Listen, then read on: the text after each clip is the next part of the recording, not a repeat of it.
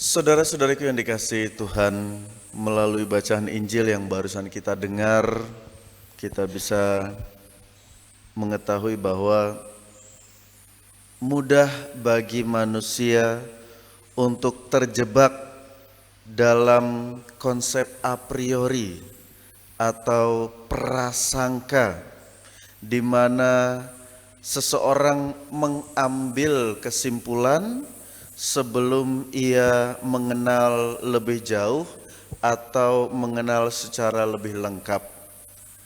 Hal ini bisa terjadi ketika seseorang merasa diri sebagai superior, menjadi pribadi yang lebih tinggi daripada yang lain, sehingga orang lain tidak dianggapnya berharga atau orang lain dianggapnya lebih rendah daripadanya. Inilah yang terjadi dalam diri para ahli Taurat yang merasa diri tahu segalanya karena memiliki predikat sebagai orang-orang yang mendalami kitab suci. Sikap superioritas ini kemudian membutakan mata ahli Taurat yang seharusnya bisa mengetahui Yesus Sang Sabda yang hidup. Akan tetapi karena rasa iri hati dan dengki juga turut membutakan mereka akan kebenaran yang terwahyukan di hadapan mereka. Maka dengan penuh cinta Yesus memberikan pengajaran yang benar. Alih-alih memberikan kutukan ataupun berekspresi dengan penuh amarah, Yesus justru dengan penuh kelembutan mengajarkan kepada mereka makna dari sebuah Injil yang hidup.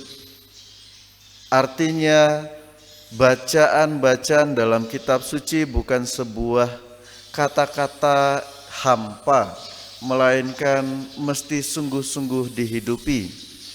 Tercermin dalam diri Yesus yang mengatakan bahwa tidak ada satu komunitas yang bisa bertahan apabila tidak adanya kesatuan. Setiap pribadi mengandung perbedaan satu sama lain. Oleh sebab itu kita dipersatukan oleh iman dan misi kita untuk mewartakan kasih dan kebenarannya. Itulah yang menyatukan kita sebagai umat Kristiani. Akan tetapi Yesus memberikan wejangan pula bahwa apapun dosa yang kita lakukan masih mendapatkan pengampunan kecuali bila kita menghujat Roh Kudus. Mengapa beda dosa menghujat Roh Kudus daripada menghujat yang lain? Padahal kita dengar dan juga saksikan dalam berbagai kisah ketika Yesus disalibkan, banyak orang saat itu menghujat Yesus dan bahkan hingga saat ini. Mengapa menghujat Yesus masih bisa diampuni ketimbang menghujat Roh Kudus? Bukankah Allah Tritunggal itu satu? Maka yang perlu kita sadari dan maknai bersama, apa maksud Yesus akan kata-kata seorang yang menghujat Roh Kudus tidak akan mendapatkan ampun untuk selamanya. Sebagaimana kita ketahui, Roh Kudus adalah daya yang menggerakkan kita untuk bisa mengasihi sesama dan percaya akan rahmat penyelenggaraan Tuhan. Jika seseorang menghujat Roh Kudus, artinya ia tidak percaya akan kasih Tuhan pun juga penyelenggaraan ilahi. Dengan demikian, bagaimanapun orang berusaha untuk menyelamatkannya, hal itu tidak akan dapat terjadi karena ia tidak percaya. Sehingga bagaimana bisa menyelamatkan orang yang tidak percaya jika ia sendiri tidak mau diselamatkan? Inilah yang menjadi gambaran mereka yang menolak kesaksian Yesus di tengah dunia. Meski demikian, kita sebagai murid-murid Yesus hendaknya tidak berputus asa.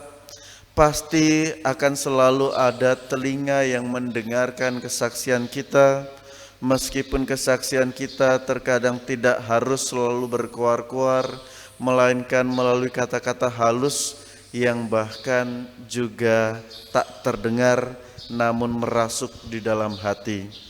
Inilah kesaksian-kesaksian hidup yang kita wujudkan dalam perbuatan sehari-hari, tidak melulu dalam kata-kata hampa, tetapi perbuatan nyata yang menjadi teladan dan dapat disaksikan orang.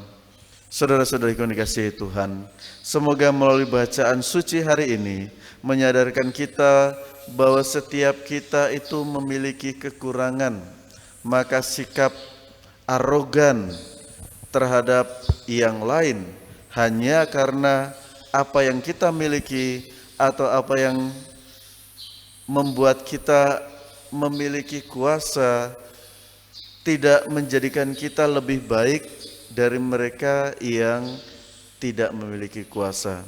Akan tetapi kasih yang besar dalam hati itulah yang membedakan kita dari yang lain. Maka alih-alih kita terjebak dalam prasangka terhadap yang lain, maka marilah kita mengenal satu sama lain dengan penuh kasih dan terbuka, supaya tidak ada kecurigaan. Demikian pula kita diundang untuk mengenal Kristus yang penuh kasih itu, agar kita sungguh-sungguh mengenal bahwa Dia yang mengasihi kita juga mengundang kita untuk mengasihi sesama kita. Semoga Kristus yang penuh kasih menyertai kita dalam perjuangan hidup kita masing-masing. Amin. Amin.